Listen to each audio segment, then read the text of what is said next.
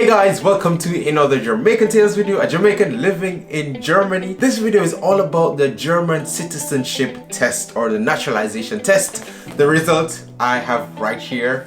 I did this test in July and I got the result on Friday, so like 3 days ago. It is still sealed, so I decided to make a video to open this thing. It might be an embarrassing thing to do, but we'll see what happens. I'll take you through the entire process of registering for the German citizenship test and also why it is one of the most challenging citizenship tests in the world, I would even say.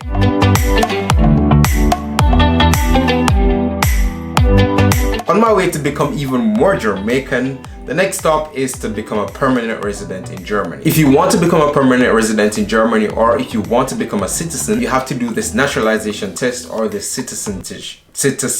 this word is gonna kill me in this video. With this test, they're able to then assess how well you're familiar with the legal system of this country, as well as the society and also the living conditions when you live in Germany.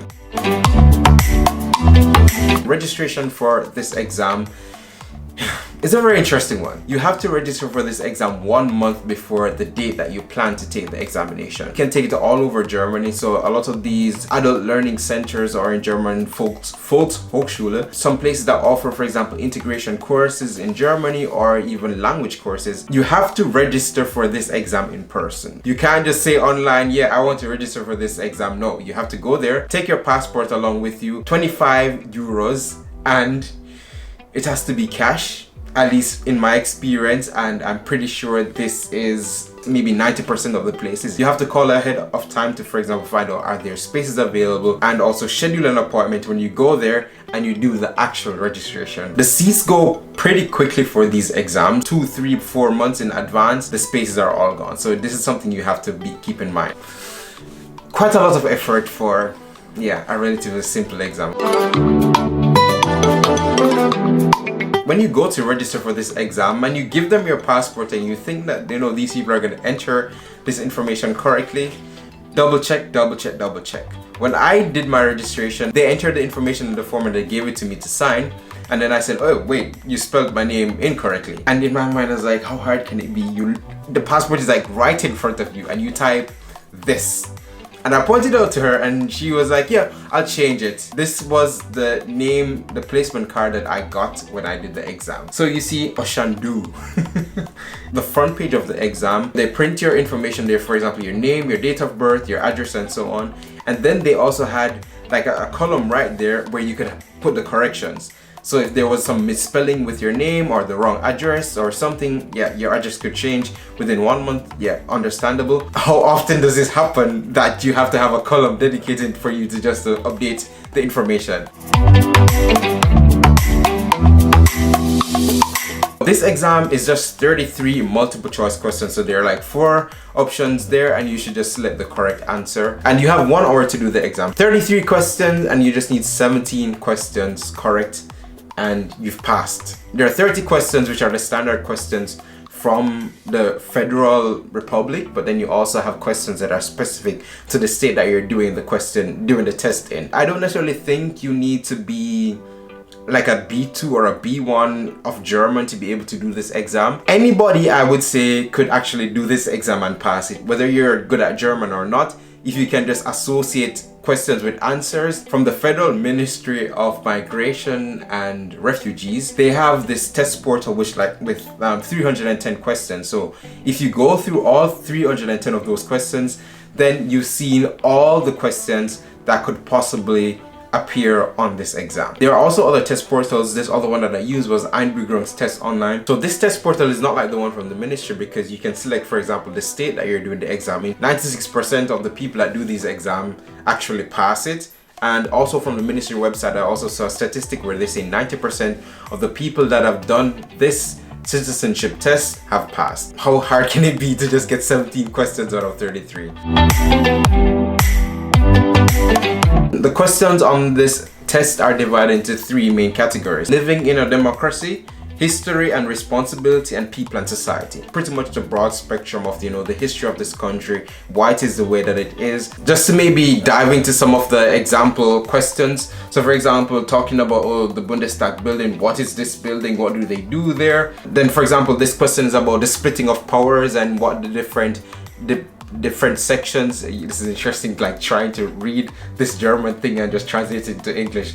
But yeah, pretty much the division of powers. And so there are questions, for example, about the chancellor, what are their duties and their responsibilities, the president and so on, the function of the Bundestag, questions about the history, specific dates, and they ask you what happened on this particular date. What are like some of the functions of the German states, because it's a federal republic, so the states also have their own responsibility. What's the responsibility of the Bundespräsident? How do you even translate this in English? Anyways, it's some guy in the German government. Then another section about people and society, so touching a little bit on the issues, for example, like child abuse or racism, even something as simple as where you get a letter from some entity in Germany, the information that's there or what they're claiming is not correct. What do? Do you just let it stay there, or do you send back a response?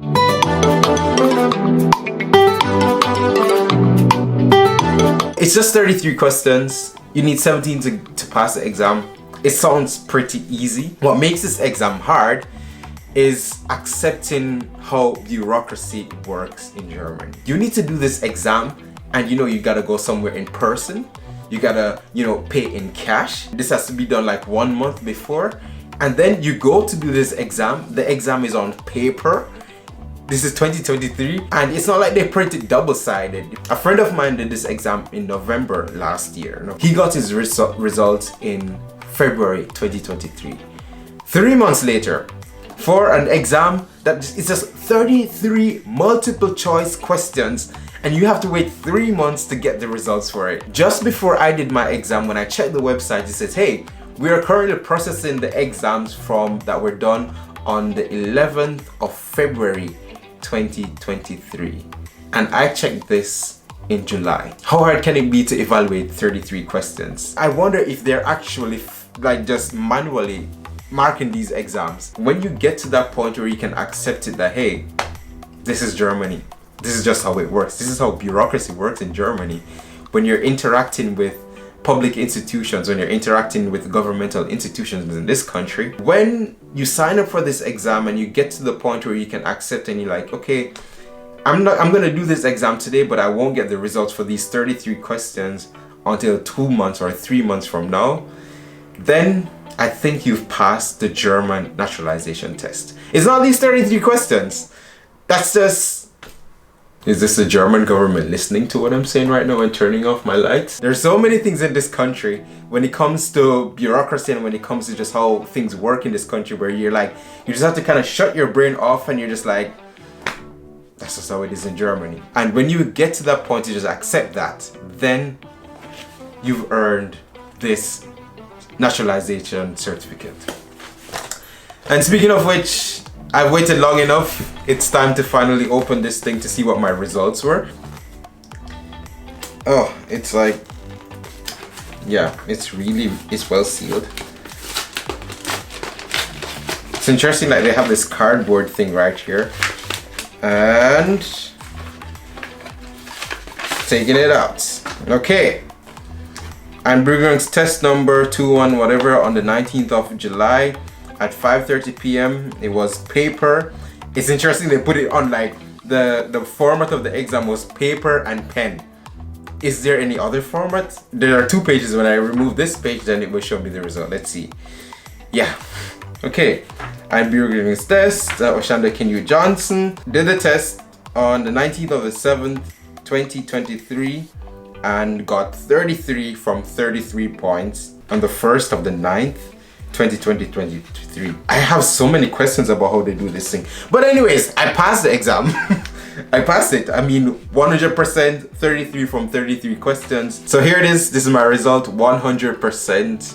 Everything answered correctly. Definitely think I spent way too much time preparing for this exam.